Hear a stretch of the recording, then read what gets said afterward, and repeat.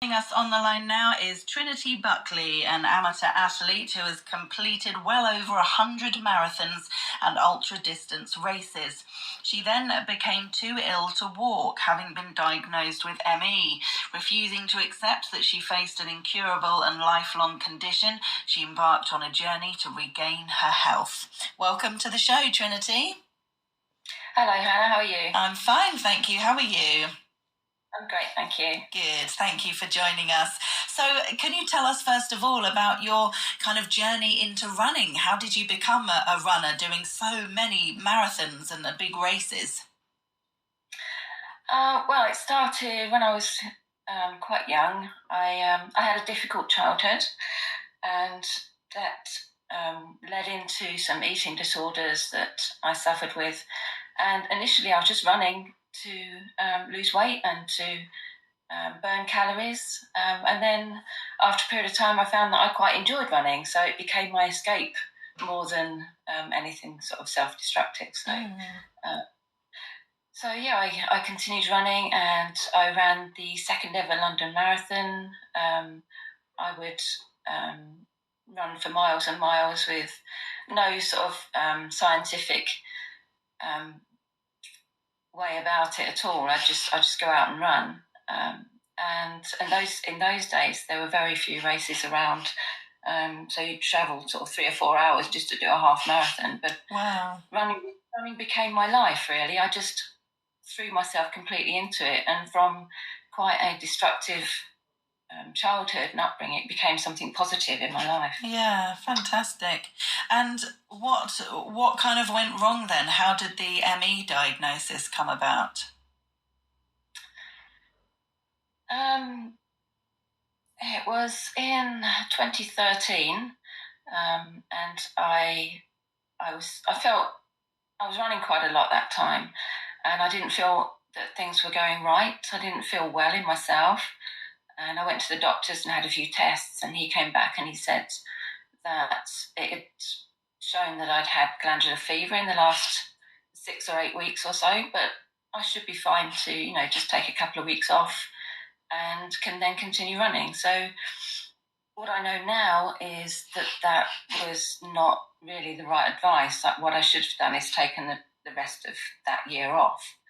And this was sort of January, February time. Anyway, I took a couple of weeks off, as he suggested, and continued running. I was running marathons at that time and ultra distance races. I also had quite a severe sort of family trauma that kind of knocked me sideways, and I started to have panic attacks and things like that to do with what was going on. And then towards later that year, we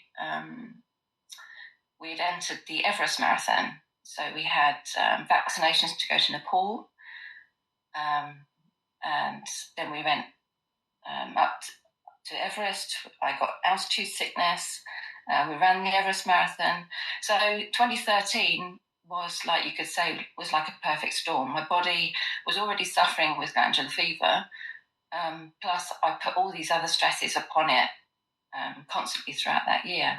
And then by 2014, I just couldn't do anything. And I didn't know why by that time. So I went back to the doctor, and they did all kinds of tests, and they said they couldn't find anything wrong.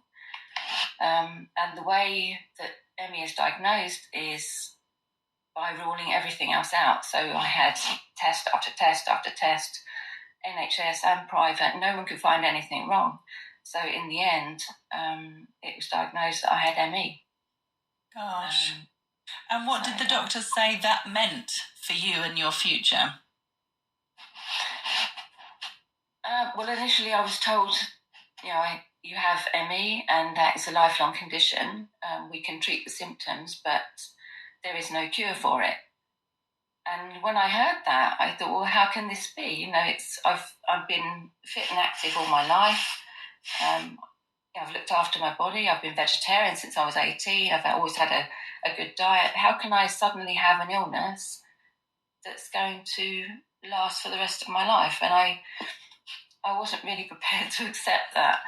That's when I started to do my research into the illness, because I didn't know anything about it before I got the illness. If anyone had said to me, what is ME, I would have said to them, well, it's you feel a bit tired for a while, don't you? And you can't really do much, but you do get over it. So I knew nothing. So I just sort of burrowed my head into research of ME, and just looking for a way out, really. Yeah. And what did you find out? How did you come to realise that maybe there was some hope? Well, I didn't. All the information I found all said the same thing. It said that it's an incurable illness. There's only treatment for symptoms. You can't ever get out of the illness. You can try this and try this, but it'll only alleviate certain symptoms. And the symptoms were horrific. What I thought was an illness where you just felt tired, for me and for millions of other people, it's so much more than that. There were days that I just couldn't get out of bed. I couldn't walk. I couldn't get up and down stairs. I couldn't think. I had a headache for about 13 months, constant. But the hardest thing was not being able to communicate. I couldn't word find. I couldn't hold a conversation. And I knew what I wanted to say, but I just couldn't find a way of saying it. And that was the most frustrating thing. My whole body hurt, all my joints hurt, my bones. It was a whole body experience. And all the information I saw said that this is a lifelong thing. But I wasn't ever prepared to accept that at all. I never accepted ME was part of me, if you know what I mean. It was happening to me, but it was not me. No. So I just looked for different channels. I had acupuncture for about 8 months every week, and that helped a lot. But once I stopped that, the symptoms came back. Our diet got even more healthy than it was. Like I say, I was vegetarian for since I was 18, and we went organic. I stopped all alcohol. I stopped all coffee. I cut down a lot on sugar. So I made my diet as clean as I possibly could. But there was still a lot of symptoms that I couldn't access. I couldn't change. And then I read something about calming the system. So what happens with ME is your body is on a constant fight or flight. So all the systems are firing off in the wrong way. So what you have to do is just calm everything down. And to do that, I had to get my body into a very, very strict routine. And that was the first real step in my recovery. So I'd get up in the morning at exactly the same time. I'd allocate a certain amount of time to do something very light activity. I'd eat lunch at exactly the same time. The same in the afternoon. I'd have a sleep at exactly the same time. Everything was planned throughout my day, and everything took place at exactly the same time. And that went on for a good 8-10 weeks before I started to feel some recovery coming back into my body. So it was just a case of calming my whole system. That's really interesting. What the effect that regularity had. Yeah. Because your body in an ME state, it's almost like during that perfect storm year, it's almost like you could think of a power breaker. When you plug too many things into it, it just stops and blows. And that was what my body was like. That year, I plugged too many things into it, and all my systems just went haywire. So to take that back, everything had to be calmed down, and one thing be plugged in one at a time until everything could cope with the stresses that I was putting on it. It must be so difficult when, because I don't know your personal life, whether you're married or with children or things like that, but when you've got outside influences that are happening, it must be very difficult for you to kind of put yourself in that situation where you're completely looking after you, your health, your body, your mind, without kind of other people and distractions getting in the way. You know, it certainly sounds like it's a big challenge. It was a big challenge, but then I am married, and I have a wonderful husband who saw me before ME and, walked through the illness with me. And I was fortunate enough I was working as a personal trainer. I had my own business, and it was thriving. It was doing really well, and it was doing so well that towards, I say just before I got ME, my husband decided to train to be a personal trainer too and join me in the business, which he did. But as he joined, that's when I got ME. So he took over my business, and I was in the house doing nothing. I couldn't go out. I couldn't, I stopped driving for 18 months because I just couldn't think straight. I couldn't react. And a lot of people do have to work through this, through the illness, and it is incredibly difficult. But I was really fortunate in that I didn't have to.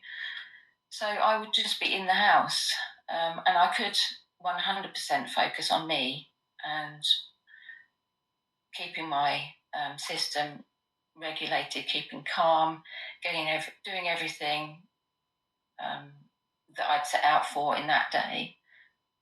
And it was tough, but it was not as tough as a lot of people have it. So do you believe that you have kind of got rid of ME or got rid of most of the symptoms? How do you feel about the situation now? I'm 100% recovered. Wow. ME is not with me anymore at all. I did do a lot of work on myself, and I was always searching for answers. Throughout the 5 years that I was ill, I tried everything, even to the point of I was almost going to have all my fillings removed.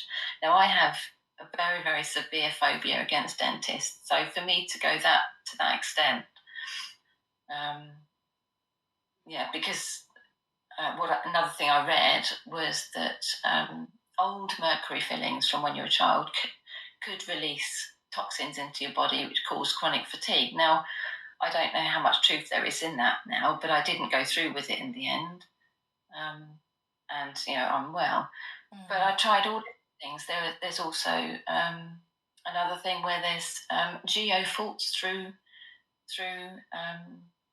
homes, and I looked into that, and it turned out that there was a geo fault that ran right through the centre of our house.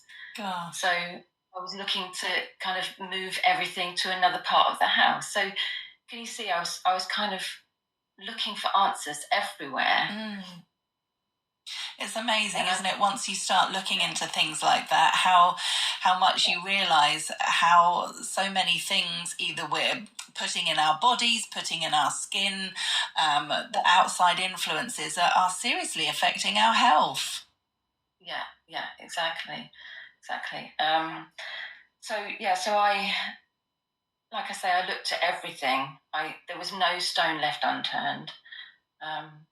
And how I see it is over those sort of 5 years, I gradually put my body in the best position it could be in to receive the final piece of the puzzle, which was something called theta healing.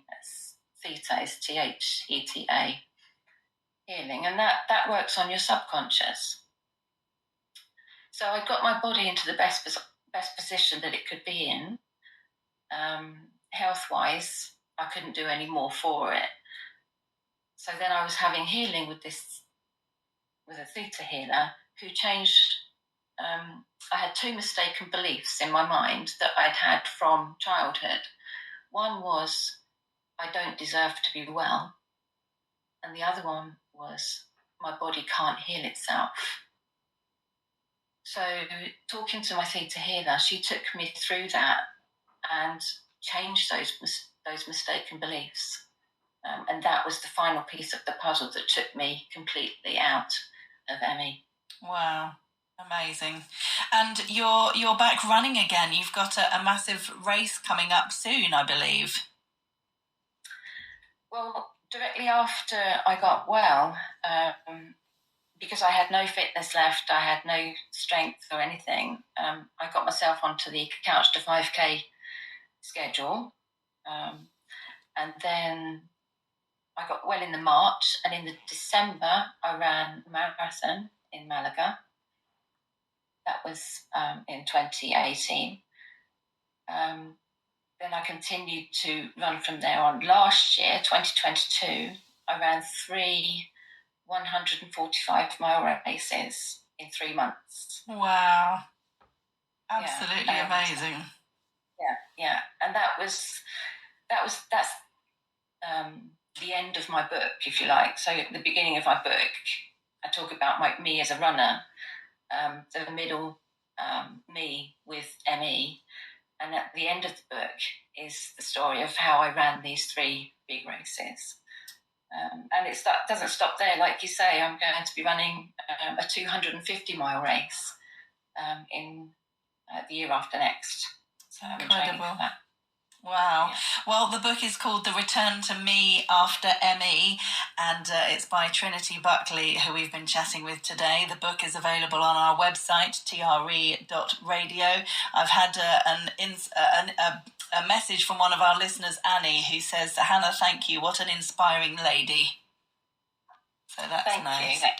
Yeah. See, that is what I want my book to be, an inspiration to people who, not necessarily with ME, but with conditions where they're told that that's where their life stops. It doesn't have to stop there. Just keep searching for answers. Yeah. Believe the diagnosis, but don't believe the prognosis. Just keep fighting for it.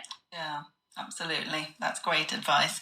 Trinity, thank you so much for joining us, and I wish you continued health and success. Thank you, Hannah. Thank you for having me on. This